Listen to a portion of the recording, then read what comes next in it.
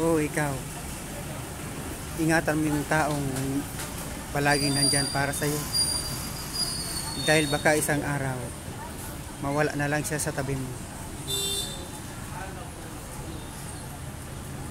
Kaya ikaw na nagbabasa, nakikinig nito, ingatan mo yung taong minamahal mo.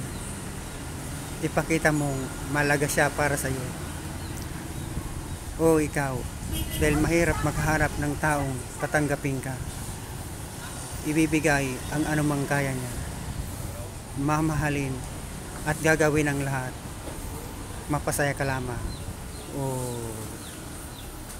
O ikaw nga,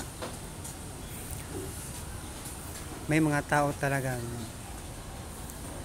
hindi nakikita ang tunay na halagang tulad dito.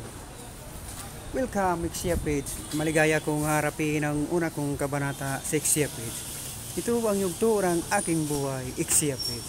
At akin ang kakalimutan ang noon na naging kong buhay. Mga nauna at nauli kong nakaraan. Maraming salamat sa inyo mga kaibigan. Salamat sa pagmamahal.